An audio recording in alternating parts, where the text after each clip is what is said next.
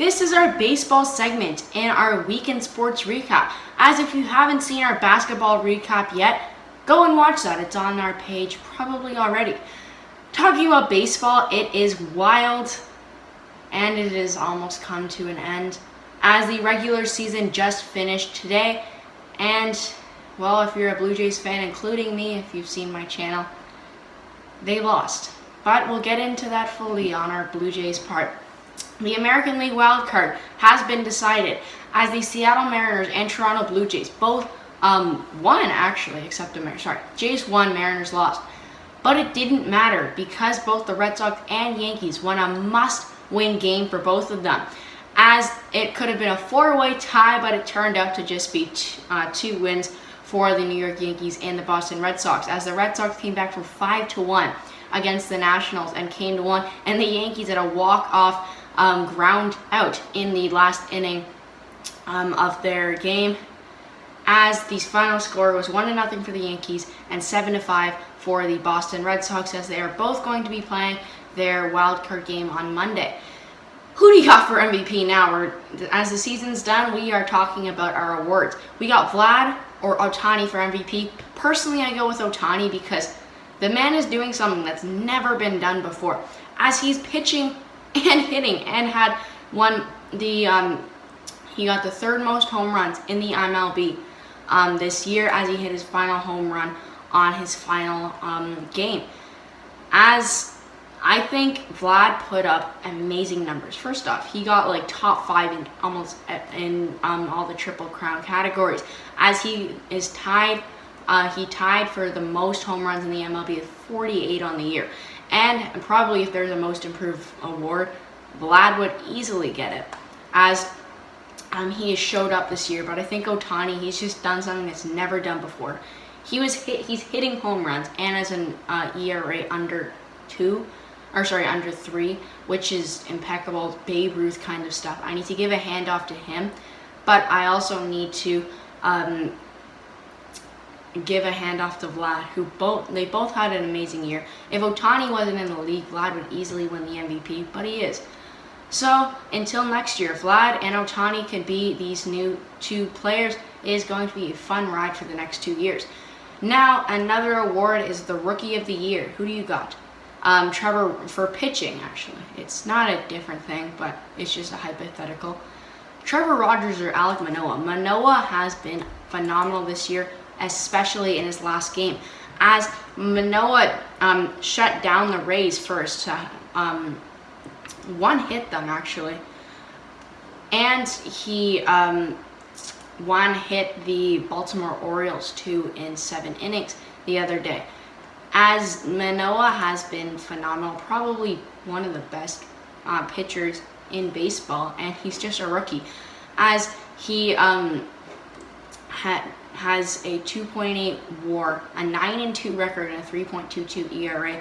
Keep in mind, coming on in the middle of the season to pitch for the Jays, and is phenomenal. Compare that to guys like Trevor Rogers and some other guys in the league. It's a bit different because, well, Rogers sometimes can be better. Not AL, like just best pitchers for rookies. I don't know, I got Manoah right now because he is just a much better player. But I feel like it's either Arozarena or Aroldis Garcia for the actual Rookie of the Year, because Garcia has over 30 home runs as a rookie. It's phenomenal.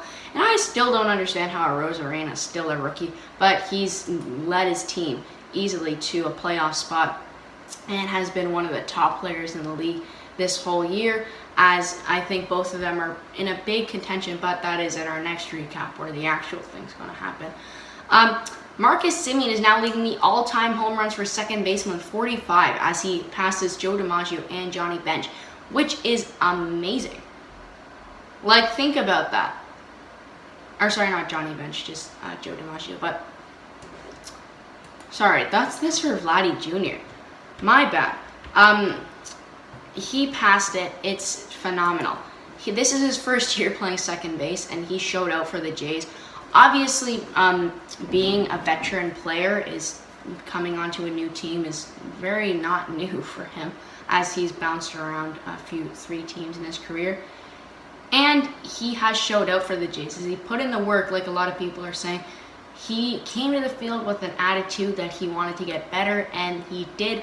Every day he put in work in batting practice on the field, and it turned out to have 45 homers, is now leading the all-time, and has hit over 200 homers in his career, as he's giving an amazing career for himself, and also got 1,000 hits too, as Marcus Simeone moved from shortstop to second base, really helped in his contract year, and we are praying that he could sign back with the Jays, but again, that's for our Jays recap.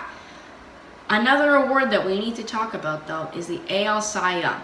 Robbie Ray or Garrett Cole is the big question, as Ray is the favorite right now, as Robbie had another amazing show-out year, just like his teammate Marcus Simeone. As both Ray and Cole both had phenomenal years, but one thing that people are saying about Cole is that he is the big part in the scandal for the cheating, and well, he had a bit of a drop off after that, and that's big for him because, well, if you have a drop off, it's kind of big. Robbie Ray had 6.7 WAR with a 2.84 ERA, which is better than Cole's. In his last few starts, he's been phenomenal. Has a 1.045 WHIP. Again, really, really good. Has a 13-7 record. Again, phenomenal. Big difference from his other days. He's always been a good player. By no means has he been bad. It's just he has showed out this year. His lowest ERA ever was a 3.52, and he only pitched 23 games. He was, it was actually 2017 when he played 28 games, had a 2.89 ERA for the year, but his WHIP, his strikeouts, and his earned runs were up that year. He didn't play as much games. He was a good player, but just wasn't as good as he is now because he's easily a Cy Young player. He's just really good. I think he's winning the Cy Young for sure. Garrett Cole does put up a fight for sure, but it's not like he's that close behind Ray, who's just been a better player this whole year and has showed himself out as one of the best players. Now let's go to the NL Cy Young, which is Walker Buehler and Zach Wheeler. Wheeler has just been a lot better player, as he's been on the Phillies, who are not a good team, but he's just been filthy, man. This whole year he's been one of the better pitchers, and Zach has worked hard.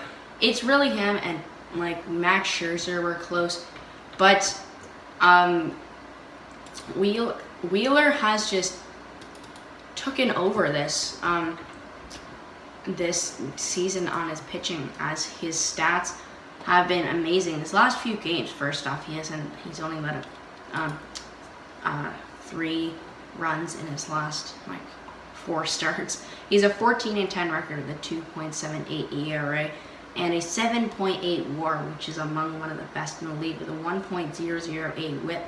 Again, really, really good, and has 247 strikeouts on the year. His stuff is just real good, and there's nothing to say that's wrong about him, except the pretty high amount of losses on the year. I mean, you can't just blame it on him. His team is not good.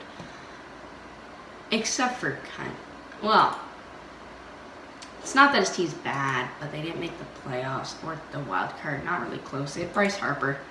I don't know. Vladdy Jr. also passed the all-time runs for 22-year-olds, as he hit his 48th home run on the day, as he passed Joe Dimaggio. That's the person I was getting to. As he has inserted him as one of the best. Like I talked about before in the MVP race, he's going to be a heavy favorite for that AL MVP, but it's not going to be like he's going to be, or it's not going to be like he's going to win. Hopefully he does, obviously, but it's not looking like it's going to. There's not that much news aside from the AL wildcard, which was a huge deal. I was thinking that could have been even bigger recording this. Maybe that 4-way tie would have made a huge headline. But it came down to nothing, really. I think that will do it for a baseball segment. I will see you in football. Bye.